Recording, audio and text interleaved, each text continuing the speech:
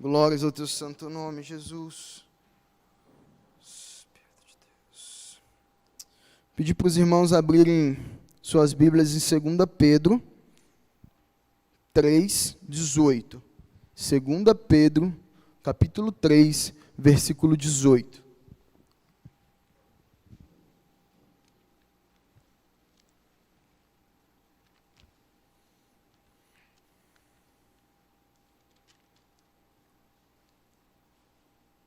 Irmãos, estou muito feliz por mais uma vez ter uma oportunidade.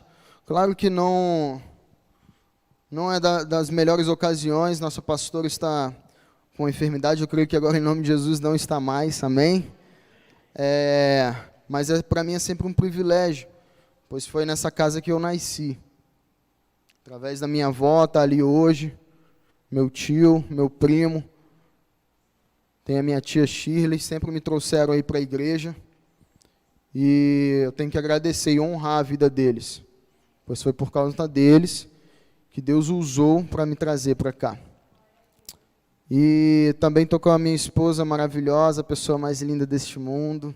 Fizemos um ano de casado há pouco tempo. Irmãos, passou muito rápido, foi muito bom. Glória a Deus. A gente ouve algumas pessoas, claro, que não são cristãs, falar assim, se você passar pelo primeiro ano, você vive uma vida inteira com a pessoa. Porque o primeiro ano é o mais difícil. A Mariana está falando que são 7. Pelo primeiro ano é mais difícil. Glória a Deus, irmãos. A gente passou muito feliz. Mesmo enfrentando essa pandemia, logo no primeiro ano de casado. Mas para a honra e glória do Senhor, o Senhor tem nos sustentado, que venham mais e mais e mais, para que a gente possa estar fazendo aniversário como fizeram aqui, de 52 anos. Que o Senhor nos dê a misericórdia para alcançar. Amém? O livro de 2 Pedro, capítulo 3, versículo 18, diz assim, antes, crescei na graça e no conhecimento de nosso Senhor e Salvador Jesus Cristo. A Ele seja dada a glória, tanto agora como no dia eterno. Glória a Deus. Vamos orar. Senhor, em nome de Jesus, que esta palavra fale primeiramente ao meu coração, como já tem falado, que gere mudança em mim, Senhor, e fale ao coração dos irmãos, Pai, que gere mudança, Pai, entender, Pai, que sejamos aqui corações como terra fértil, aonde a Tua semente, que é a Tua palavra, cairá e vai gerar frutos para a honra da Tua e Tua glória, Pai, em nome de Jesus, amém. Amém? Antes crescei na graça e no conhecimento de nosso Senhor e Salvador Jesus Cristo. A Ele seja dada glória, tanto agora como no dia eterno. Tem uma outra tradução que diz assim: porém, continuem a crescer na graça e no conhecimento do nosso Senhor e Salvador Jesus Cristo. Glória a Ele para agora e para sempre. Amém. Continuem a crescer na graça. O tema dessa pregação, irmãos, dessa palavra, daquilo que o Senhor tem falado ao meu coração, é crescimento em Deus, crescer em Deus. E a gente vai usar e vai ler um pouco, entender um pouco sobre a história de Pedro, entendendo como ele cresceu em Deus. Mas não foi no momento que ele conheceu Jesus, ali de primeira, foi no momento quando ele conheceu Jesus de verdade, pela segunda vez, e foi como se fosse pela primeira vez. E a gente vai entender um pouco disso. Esse texto de 2 Pedro, ele foi escrito pelo próprio Pedro. E a intenção desse texto, o objetivo principal desse texto é enfatizar orientações de esperança para os cristãos da época. Pedro, a gente vai entender agora, falar um pouco sobre o contexto de Pedro e vamos vir percorrendo alguns textos. Alguns eu vou pedir para os irmãos abrirem, vai ser bem rapidinho. Pedro, que era chamado também Simão, ele era irmão de André, e eles eram sócios de Tiago e João, que trabalhavam no ramo de pesca. Os irmãos que já leram, com certeza já vão se lembrar, se familiarizar com isso que eu estou falando. Eles eram filhos de Jonas. O tempo todo a gente vai encontrar na Bíblia eles falando e sendo chamado Simão, filho de Jonas. A palavra também vai nos mostrar que André e Pedro eram discípulos de João Batista. Eu fiquei sabendo disso há pouco tempo, confesso aos irmãos. E aí eu fui lá na palavra, falei, será? E aí encontrei, e eles eram discípulos de João Batista. Tanto é que André, irmão de Pedro, estava com João Batista quando Jesus vem, e João Batista reconhece Jesus, e é aquela passagem muito famosa em que João Batista profetiza acerca de Jesus e reconhece Jesus como Messias. E André, vendo aquilo, ele se impressiona. Ele fala assim, o meu mestre, aquele quem eu sigo, ele está reconhecendo, cara, chegou o cristão. Chegou o Cristo, o ungido, aquele que havia de vir, o Messias que veio para nos libertar. Ele chegou. Eu preciso contar. E ele corre então e conta isso para Pedro, seu irmão. Pedro, ao receber a notícia, ele vai então ao encontro de Jesus. Vamos ver quem é esse Messias. Chegando então Pedro, o que Jesus faz? Já o reconhece de longe. Sem Pedro conhecer, Jesus já o conhecia e o chama pelo nome. Ele fica então impressionado, irmãos. Mas ainda assim, ele volta para o lar dele e para os seus afazeres. Talvez conosco seria um pouco diferente. Imagina alguém andando na rua e falar assim, e aí, Gessé? E eu, nunca te vi. Como você sabe meu nome? E ele fala assim, eu sou Jesus. Eu te criei, eu te formei. Eu te acompanho. Eu te guardo. Eu cuido de você. E ainda assim, Pedro corre para sua casa e volta para os seus afazeres. Então, tem uma ocasião que Jesus está pregando à beira de um lago e começa a chegar muitas pessoas. E aí Jesus começa a se ver um pouco apertado para continuar essa pregação, esse sermão dele. E ele olha para o rio, vê o barco de Pedro, e eu creio que intencionalmente, estrategicamente, fala, Pedro, eu preciso usar o seu barco como púlpito. Preciso usar o seu barco como uma espécie de palco, uma base, para que eu me afaste das pessoas e as pessoas então consigam me ver e me ouvir, porque são muitas pessoas, eles estão me espremendo e está difícil a comunicação. Pedro então cede o barco, Jesus sobe ao barco de Pedro, se afasta um pouco da margem e começa a ministrar a palavra do Senhor. Logo depois, acaba de ministrar a palavra do Senhor, ele fala então para Pedro, Pedro, agora que eu acabei, você volta para o barco, pega as redes, vai ao mar e lança as suas redes. E aí Pedro fala o que, Senhor? A pesca, com todo respeito, eu sou pescador, o Senhor não sei quem é, talvez um carpinteiro, eu entendo de pesca, meu pai tem uma empresa de pesca, eu e meu irmão trabalhamos com pesca toda a vida, temos sócios, nós pescamos a noite toda e a maré não está para peixe. Jesus ainda assim dá a ordem para ele. Então ele fala o quê? Senhor, sobre esta palavra eu lanço as minhas redes. Pedro volta, lança as redes. A pesca então, de fracassada, se torna superabundada. Porque quando Jesus está no negócio, é desse jeito, irmãos. Amém? Vamos seguindo, ainda falando sobre o contexto. Pedro, então, naquele momento, ele se rende aos pés de Jesus. E aí Jesus é como se estivesse falando com Pedro. Pedro, está vendo isso? Está vendo tanto de peixe? Agora eu te chamo para ser um pescador, mas diferente. A partir de agora, nós não pescaremos mais aqui no mar, nós não pescaremos mais peixe.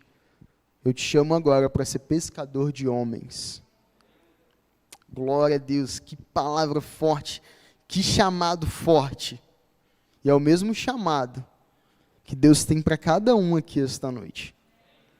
Somos todos discípulos de Cristo. E aí Pedro imediatamente larga tudo e aí então segue Jesus. E aí ele começa também a usar comumente no meio das pessoas o seu nome Pedro e não mais Simão. Amém? E a gente agora, que falou sobre um pouco do contexto da vida de Pedro ali antes de Jesus, e logo que ele encontra Jesus, a gente vai fazer um comparativo, irmãos, para a gente caminhar lá para a parte final e entender o princípio dessa palavra. A gente vai fazer um comparativo de Pedro antes e Pedro depois. Só que esse antes não é antes dele se encontrar com Jesus aqui. Já é o depois dele ter se encontrado com Jesus. Isso é uma palavra muito forte, entenda a profundidade disso. Talvez você pode estar aqui, vindo em todos os cultos, se dizendo discípulo de Cristo, mas ainda não ter tido uma experiência de conhecimento a Cristo. É uma palavra dura, mas é uma realidade. Eu vivi assim por muito tempo. Eu vinha para a igreja, eu vinha para os cultos, eu estava em todas as atividades da igreja, mas eu ainda não tinha tido um encontro verdadeiro com Cristo. E quando Cristo me olhou, como olhou para Pedro, e a gente vai entender o que é esse olhar, isso mudou a minha vida, assim como mudou a vida de Pedro. Amém? Apesar de Pedro andar com Jesus, suas atitudes demonstravam que ele ainda não estava preparado para o tamanho do chamado a qual o Senhor o chamou naquele dia da pesca. Por que isso, Gessé? Pedro, como os irmãos já podem perceber, os irmãos que já leram a história, Pedro tinha um temperamento bem instável. Eu ia falar um tanto, mas não, é bastante instável. Uma hora ele estava muito bem, outra hora ele estava mal. Ele era muito impulsivo, agia sempre pelo calor do momento. Mesmo tendo se encontrado com Jesus, mesmo já se considerando um discípulo de Jesus. Pedro era exagerado, indo sempre de um extremo ao outro extremo, em questão de segundos. A gente vai entender um pouco disso. E Jesus tinha que estar sempre repreendendo, corrigindo, chamando a atenção de Pedro. Em Mateus 16, 23, abre aí. Olha só o que Pedro está aprontando em Mateus 16, 23. Presta atenção.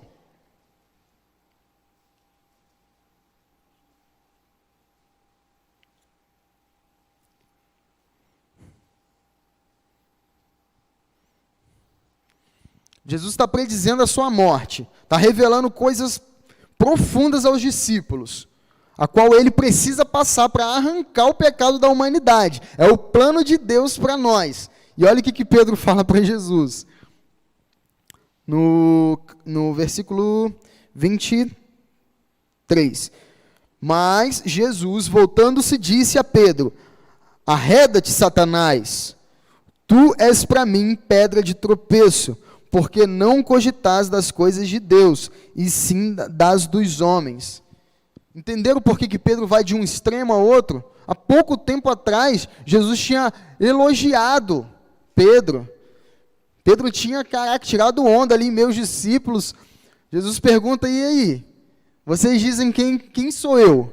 E aí uns falam e tal, aí Pedro vem cheio do Espírito Santo, toma a frente, imagino que estufou o peito e falou: tu és o Cristo, Filho do Deus vivo.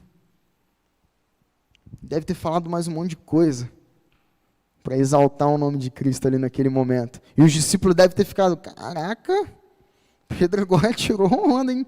Pedro está mudando mesmo. E aí passam uns 5 minutos, irmãos. Jesus fala para Pedro: sai fora, Satanás. Chamando Pedro de Satanás, ó, cara. Não que Pedro estivesse endemoniado, irmãos.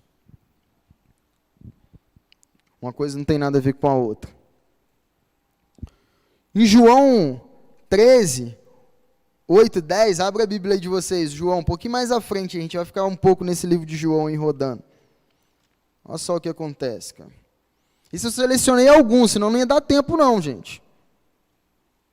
A gente vê todo esse processo aí de Pedro. João 13, versículo 8. Vamos ler até o 10. Disse-lhe Pedro: nunca me lavarás os pés. Respondeu-lhe Jesus: se eu não te lavar, não tens parte comigo. Então Pedro lhe pediu: Senhor, não somente os pés, mas também as mãos e a cabeça.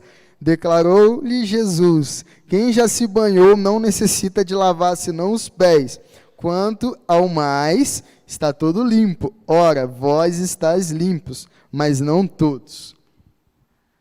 Cara, eu começo a ler isso, eu começo a me dar vontade de rir mesmo. Porque Pedro está aqui conversando com Jesus. Aí Jesus, num ato, ensinando um princípio fortíssimo a Pedro. Jesus cinge ali a toalha, bacia, e começa a se tornar o menor ali para ensinar para eles como que é feito o reino de Deus. E aí Pedro fala: opa, parou, Jesus, tá doido? Que sou eu? Vai lavar meus pés? Não. Sou digno disso. E aí Jesus vai e toma. E eu fico imaginando os discípulos, né? Tudo rindo de canto de boca. Pedro toma uma chamada ali de Jesus, e os discípulos devem com certeza sair rindo. Fosse eu, acho que eu ia rir também. Sair cada um para um canto, ainda mais conhecendo os amigos que eu tenho.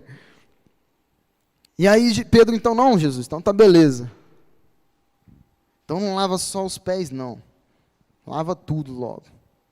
Aí ele vai e toma outra, irmãos. Toma outra de Jesus. Então a caminhada de Pedro começa a ser marcada por isso. Uma pessoa impulsiva, que vai de um extremo ao outro, que está sendo sempre chamada a atenção. Olha como é que Pedro é. Quando Jesus declara lá na mesa que alguém o trairia, lembra na ceia do Senhor, que alguém o trairia? Tem uma parte da Bíblia que vai falar que Jesus cutuca João e pede para João perguntar para Jesus quem era. O cara era curioso, cara. Ele não tinha nem coragem mais ali, acho que de perguntar, irmão. Já tinha tomado tanta. Ele cutuca João, pergunta quem é que vai trair ele aí para saber se é a gente. E aí mais tarde, quando Jesus o chama ali para uma conversa pessoal, ele diz a Jesus que nunca, em hipótese alguma, o abandonaria. Ele era um discípulo, sim, mas era um discípulo muito de falar. E quando ele fala para Jesus que ele tem capacidade de seguir e não abandonar Cristo nos sofrimentos de Cristo, ele não tem condições de sustentar isso. Mesmo Jesus, sabendo que Pedro trairia, diz orar para que nele não falte fé, e deixa claro a respeito dos planos de Jesus para quando ele voltasse. Em João 13, do 36 ao 38, diz assim, perguntou-lhe Simão, Pedro, Senhor, para onde vais? Respondeu Jesus, para onde vou, não podes me seguir agora, mais tarde, porém, me seguirás. Replicou Pedro, Senhor, por que não posso seguir-te agora? Por ti darei a própria vida. Respondeu Jesus, darás a vida por mim? Em verdade te digo que jamais cantará o galo antes que me negue 3 vezes. Logo, um pouquinho mais à frente, João 18:10. Pode percorrer aí.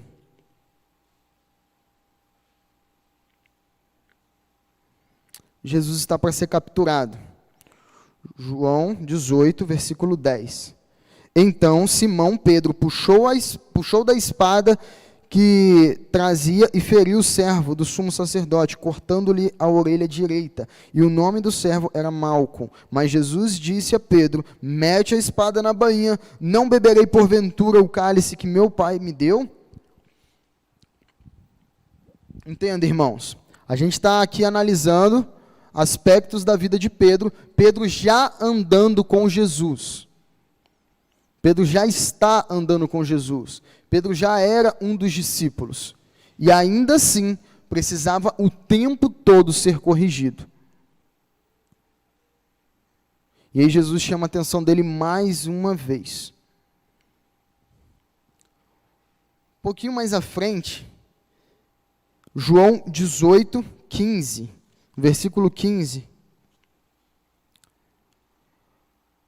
Pedro nega Jesus. Diz assim, ó, Simão Pedro e outro discípulo seguiam Jesus.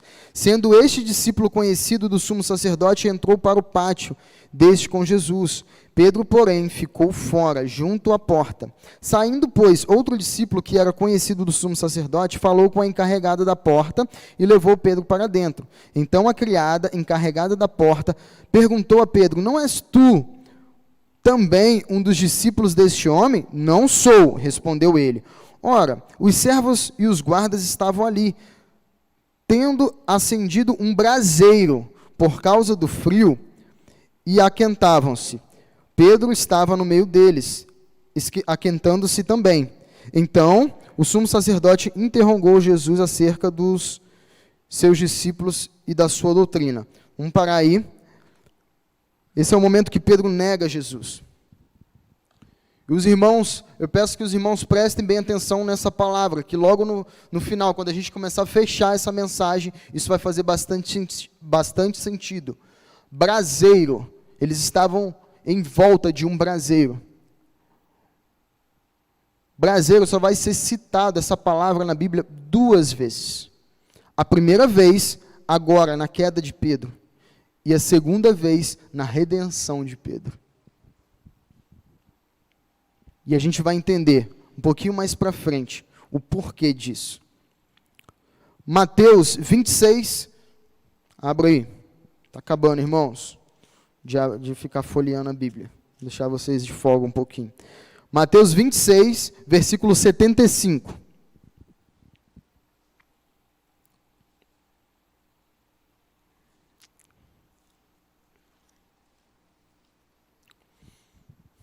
Amém? Então Pedro se lembrou da palavra, vamos ler o 74 também. Então começou ele a praguejar e a jurar, olha só, Pedro não só mais negava Jesus, nesse momento ele praguejava Jesus e jurava que não o conhecia. Ele dizia, não conheço esse homem, e imediatamente o galo cantou. Aqui é a queda de Pedro. E aqui também inicia a restauração de Pedro, que vai se consumar, vai se confirmar lá no braseiro mais à frente. Como que se inicia aqui então, Gessé? A restauração de Pedro. O versículo 75 diz assim, então Pedro se lembrou da palavra de Jesus que lhe dissera, antes que o galo cante, tu me negarás 3 vezes. E saindo dali chorou amargamente. Em algumas traduções a gente vai ver que Jesus olha para Pedro. Jesus fixa os olhos em Pedro. E aquele olhar não era um olhar de julgamento. Era um olhar de compaixão, de amor, de alguém que mesmo sofrendo ainda te ama. Um olhar de amor por alguém que mesmo você ainda negando, ele ainda te ama. Ele ainda acredita em você. E começa então a restauração de Pedro, o crescimento dele. Por que crescer em Deus? Porque ele começa esse crescimento agora. Pedro, um pouquinho mais à frente, quando o anjo do Senhor, lá em Marcos 16, 7, os irmãos não precisam abrir. Marcos 16, 7, eu que preciso abrir. Diz assim, a ressurreição de Cristo é o título da mensagem. O que acontece aqui? Maria vai ao sepulcro para ver como é que está o clima, o corpo de Jesus. E chega lá, a pedra já está removida, elas vão até lá e não encontram ninguém. Logo o anjo do Senhor aparece, começa a falar com elas, por que vocês estão procurando um lugar errado? Ele não falou para vocês que ele estaria aqui. Estão procurando no lugar errado, estão perdendo o tempo de vocês. Vão e avisem os discípulos que Jesus vive. Mas ele fala assim, mas ide, dizei aos seus discípulos e a Pedro, que ele vai adiante de vós para Galileia. Lá o vereis, como ele vos disse. Aí eu li isso e não entendi. Por que faz uma distinção aqui? Porque já falou assim, ide, vai lá, avisa os discípulos. Pronto. Mas a Bíblia faz questão de falar assim, avisa os discípulos e também a Pedro. Porque nesse momento, Pedro já não se considerava mais um discípulo de Cristo. Quando ele negara Jesus por 3 vezes, ele entende que ele não tem capacidade para sustentar aquilo a qual Deus o chamou. Esse é o primeiro passo para crescimento e arrependimento, é reconhecer o quão fraco nós somos e estamos neste momento. O anjo do Senhor manda os discípulos irem. E aí mais à frente em João 21, 5, os irmãos não precisam mais abrir. João 21, 5, Jesus aparece aos 7 discípulos. Os discípulos, o que acontece? Jesus morre, os discípulos se dispersam, cada um volta para suas atividades, alguns estão ali juntos, e eles falam assim, vamos pescar. E Jesus aparece no meio dessa pescaria, andando. E Jesus teria todos os motivos, irmãos, para quando encontrar com eles, dar uma bronca, escrachar, acabar com os caras. Mas Jesus os chama pelo quê? Olha isso que interessante. João 21, 5. Jesus diz assim, perguntou-lhes Jesus, filhos, tendes aí alguma coisa de comer? Responderam-lhe, não. Jesus podia se tratar a eles como traidores, aqueles que me abandonaram, homens de pouca fé, e mais um monte de coisa que muitas das vezes o diabo fala que nós somos. Mas Jesus passa por cima dessa palavra, passa por cima do que as pessoas nos rotulam, passa por cima daquilo que o diabo nos chama, sopra no nosso ouvido, e ele nos chama de filhos. Teria ele todos os motivos, mas ainda assim o amor dele passa por cima disso tudo. Então Jesus aparece a Pedro no braseiro, local onde Pedro também negara Jesus.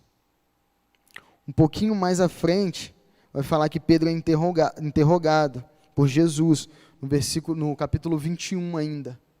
E aqui se concretiza o processo de restauração da vida espiritual de Pedro.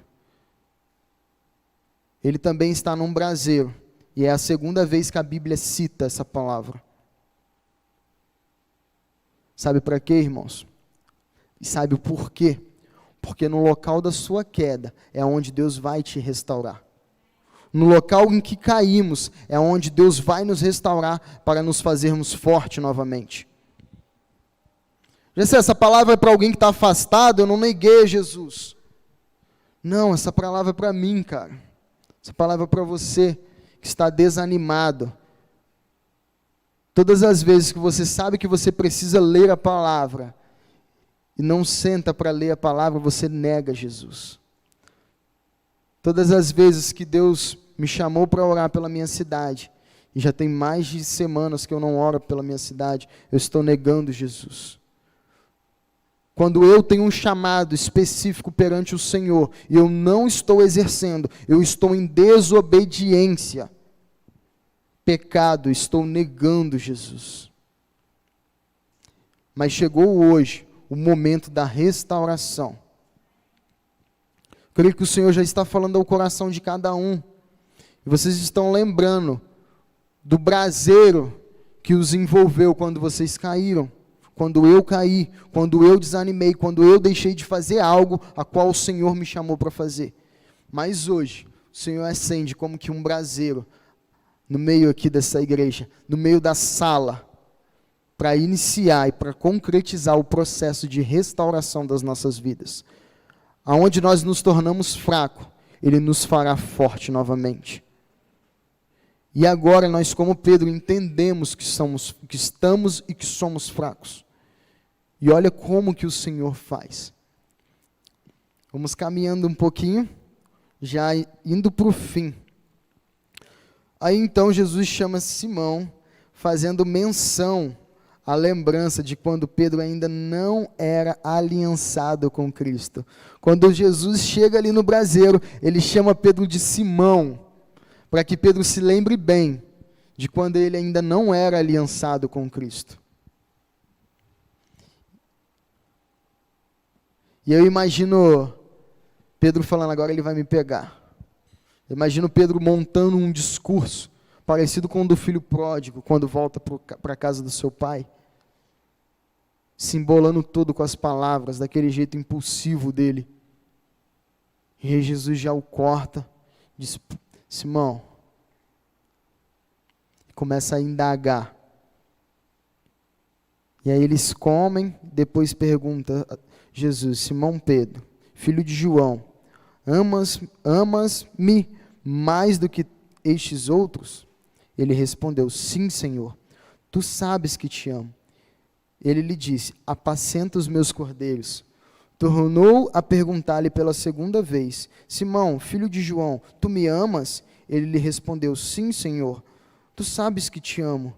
Disse-lhe Jesus, pastorei as minhas ovelhas. Pela terceira vez Jesus lhe perguntou, Simão, filho de João, tu me amas? Pedro entristeceu-se por ele lhe ter dito pela terceira vez, tu me amas? E respondeu-lhe, Senhor, tu sabes de todas as coisas, tu sabes que eu te amo. Jesus lhe disse, apacenta as minhas ovelhas. Em verdade te digo, que, quando eras mais moço, tu te cingias a ti mesmo, e andavas por onde querias. Quando, porém, fores velho, estenderás as mãos, e outro te cingirá, e te levará para onde não queres. Olha a riqueza dessa palavra. Quando Pedro fala para Jesus lá atrás, Senhor, eu morreria por ti. Quando ele estava cheio de convicção, falando para Jesus que ele morreria, que ele jamais o abandonaria, ele o nega 3 vezes, ele o pragueja. E neste momento em que Jesus pergunta a ele 3 vezes, como se Jesus, agora você está pronto para morrer por mim? E é como se Pedro falasse, Senhor, o Senhor sabe que eu te amo. É como se Pedro falasse, eu não estou pronto, eu te amo, mas eu não estou pronto. E aí então, quando Pedro diz ser fraco e não estar pronto, a restauração dele se completa. E ele então morre por Cristo. Ele se firma de tal modo que ele vira um mártir. E olha os frutos que Pedro começa a dar.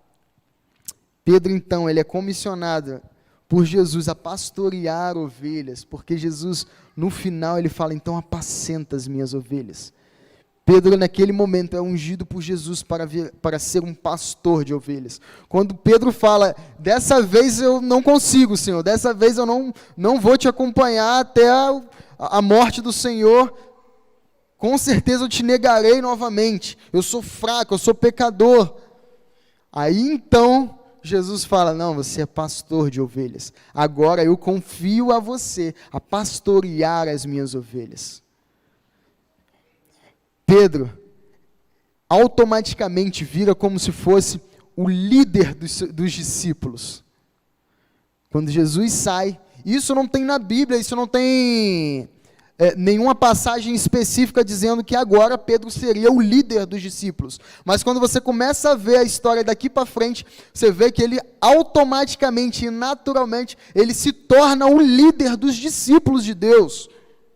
O cara que negara Jesus, que acabara de ser restaurado, vira o líder dos discípulos. Ele começa a tomar a frente, ele começa a tomar decisões pelo grupo, ele começa a falar em nome do grupo, ele começa a falar em nome do próprio Jesus.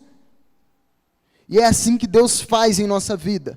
Quando Ele nos restaura, Ele nos põe sobre liderança de algo. seja na nossa casa, seja do nosso trabalho, seja dos nossos amigos, seja de alguma tarefa dentro da igreja, se você tem algum cargo de liderança, foi porque Jesus confiou a você essa liderança. Seus filhos, sua família, seus ministérios na igreja, é porque Jesus confia em ti. Não foi porque alguém me escolheu, não. Foi porque Jesus moveu o coração dessa pessoa para te escolher. Porque Ele confia esse trabalho em você. Por isso faça tudo com muito prazer. Eu não estou fazendo isso aqui porque o Elias me pediu. Porque o Rafael, o Flávio me pediu. Eu estou fazendo isso aqui porque o Senhor me pediu. Seja limpar o chão, seja lavar um banheiro, mas faça de coração, como eu vi aqui por muitos anos, a irmã Miralda fazendo de coração, cantando, alegre, sorrindo, e muitas das vezes nós não somos gratos pelo aquilo que temos, não menosprezando, nem botando a função de lavar ou varrer chão abaixo de nada. O Senhor chamou cada um para uma obra específica. Nenhuma é maior do que outra. Pelo contrário, para ser maior precisamos ser o menor no reino dos céus. Pedro então, nesse crescimento, nesse resultado dessa restauração, Pedro prega. E aproximadamente 3.000 almas se convertem. É o mesmo Pedro, irmãos. Só que dessa vez ele se encontrou de verdade com Jesus. Que é um fruto de restauração, você tem pregado para quem? Quantas almas você ganhou para Jesus? Quem você tem discipulado? Quem você tem lá torrado a paciência dessa pessoa? Das vezes você precisa enfiar Jesus goela abaixo de algumas pessoas. Claro, quem convence é o Espírito Santo, irmãos, é só uma forma de falar. Pedro prega, são 3.000 almas, dando início a uma revolução cristã neste mundo, através da vida de Pedro. Olha o resultado da restauração. Pedro ele é usado então para curar diversas pessoas, irmãos. A sombra dele, o poder de Deus sobre a vida de Pedro, por ele ter sido restaurado, era tão grande que a sombra dele curava as pessoas. As pessoas traziam outras pessoas enfermas para serem curados por Cristo através de Pedro. E olha que coisa louca, olha como é que Deus começa a fazer na vida de Pedro. Já que Pedro era muito doido, Deus começa a fazer coisas muito doidas na vida de Pedro. E assim também Ele faz nas nossas vidas. Olha a oportunidade que Pedro tem. Pedro então está caminhando ali com um discípulo, e eles estão entrando num templo, aí vem um rapaz que é aleijado, enfermo, ali de nascença, e pede uma esmola. E aí Pedro fala o quê? Não tenho dinheiro, mas o que eu tenho eu vou te dar. E Pedro ora, esse cara se levanta, e ele se levanta e sai correndo para dentro do templo, e louvando e pulando, cara, eu não andava, agora eu ando, olha o que esse cara fez. E aí começa a chamar a atenção das pessoas lá dentro. E aí quando todo mundo olha, e aí, quem fez isso com você? Ele fala, foi ele. E aí o que Deus faz essa noite? Aponta, foi você. E as pessoas começam a olhar para você, porque nós temos uma nuvem de testemunhas ao nosso redor. E aí está todo mundo com os olhos fitados em você, todo mundo com os olhos fitados em Pedro. E o que Pedro faz neste momento? Ele prega a palavra de Deus. Olha a oportunidade que Deus criou para Pedro pregar. E aí chama tão mais atenção, irmãos, dá um alvoroço tão grande ele pregar a palavra de Deus naquele momento, que os líderes ficam sabendo e prendem Pedro. Pedro então é preso. E aí ele está lá, rodeado pelos líderes, que estão ali para julgar o que Pedro faz. E aí começam a acusar, começam a falar, e assim é na nossa vida, vão começar a nos acusar, o diabo vai falar, pessoas vão falar, vão te tarjar de muitas coisas, e depois elas vão pegar um microfone e vão dar para vocês, e agora se defende aí. E deram para Pedro se defender, e o que Pedro faz? Ele prega a palavra de Deus, de novo. Agora ele prega para os líderes. ele não fica preocupado em se defender. Ele age aqui como Jesus. Jesus teve oportunidade de se defender. Jesus ficava calado. Porque quem nos justifica não somos nós. Quem nos justifica é o próprio Deus. Então você que está aqui não precisa provar nada para ninguém. Seja você, seja cristão, restaurado, e o Senhor te justificará. Mas eu estou sofrendo perseguições, Jessé, você não sabe o que falam de mim. Cara, fica tranquilo. Eu ouvi uma frase e isso mudou bastante a minha vida. Diz assim, eu não sei de quem é, mas quando você ouvir alguém falando mal ao seu respeito, fica tranquilo. Você é bem pior que isso. De fato. Quando eu ouço alguém falar mal de mim, eu fico bem de boa, porque quando eu olho para mim mesmo, eu falo, cara, sou bem pior do que falaram aí. Bem pior. Se não for a graça e a misericórdia de Deus na minha vida, eu não sei o que seria de mim. Pedro, ele é solto. Depois ele é preso novamente por um tumulto que seus feitos ali em nome de Jesus causaram. E a palavra de Deus vai dizer que um anjo do Senhor vai até aquele lugar para soltar Pedro. Cara, vocês têm noção disso? O Senhor ordena anjos ao nosso favor. Os anjos trabalham por nós. Enquanto você está em casa, lavando uma louça, anjos acampam ao seu redor. Enquanto você está num momento de perigo, às vezes está numa rua escura e dá medo, cara, anjos estão ao seu redor acompanhando você, não temas. Deus tem visto a situação que você tem passado, cara. As perseguições, as lutas. E o que Deus faz? Ele manda anjos para te livrar.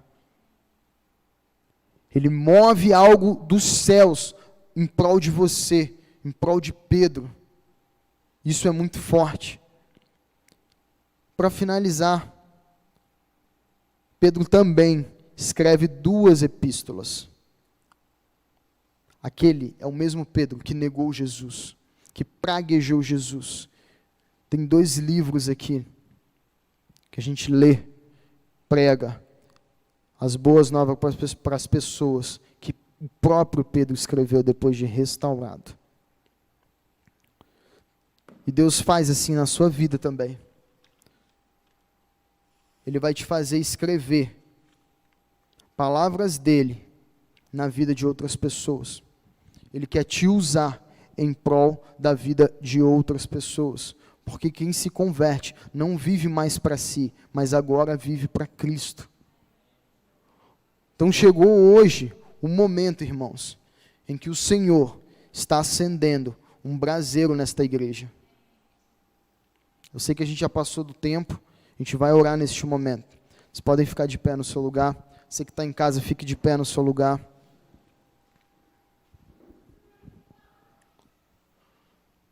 Primeira coisa, o Senhor vai mostrar agora para nós, para mim, em nome de Jesus, Senhor, também mostre a mim o braseiro aonde eu caí, o braseiro aonde eu desanimei. E agora, tendo ciência disso, o Senhor começa a acender um novo braseiro. E você começa a se aproximar desse braseiro. Feche seus olhos neste momento. Esqueça um pouco a pessoa que está do seu lado. Você começa a se aproximar nessa noite